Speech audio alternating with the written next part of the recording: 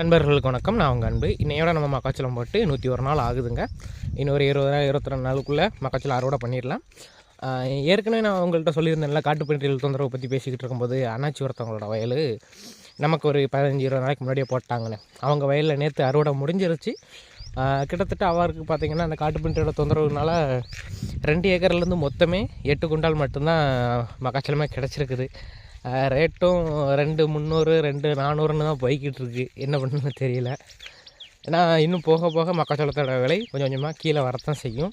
மேலே போகிறதுக்கான வாய்ப்புகள் இருக்கிற மாதிரிக்கு தெரியலை. என்ன பண்ண போகிறோம்னு தெரியல.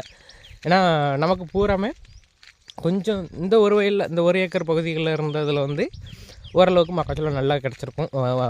வளர்ச்சி நல்லா இருக்குது. மக்காச்சோளம் கருதுகளும் கொஞ்சம் பெரிய சைஸில் இருக்குது. ஆனால் அந்த மேலே கடைசி விடுறதுனால அந்த 1/2 ஏக்கர் அதில் மட்டும்தான் கொஞ்சம் ஒரு மாதிரிக்கு இருக்குது. எவ்வளவு மக்காச்சோளம் கிடைக்க போகுது என்ன அதுன்னு தெரியல. அந்த கம்பி இதெல்லாம் கெட்டதுனால காட்டுப்பன்றிகளோட தொந்தரவு கொஞ்சம் குறைஞ்சிருக்குது. மக்காச்சோளம் அறுவடை பண்ணும்போது நமக்கு எவ்வளோ வருது அப்படின்னு சொல்லி அப்போ பார்ப்போங்க. சரிங்களா? வீடியோ பிடிச்சிருந்தா லைக் பண்ணி எல்லாருக்கும் ஷேர் பண்ணுங்கள். நன்றி, வணக்கம்.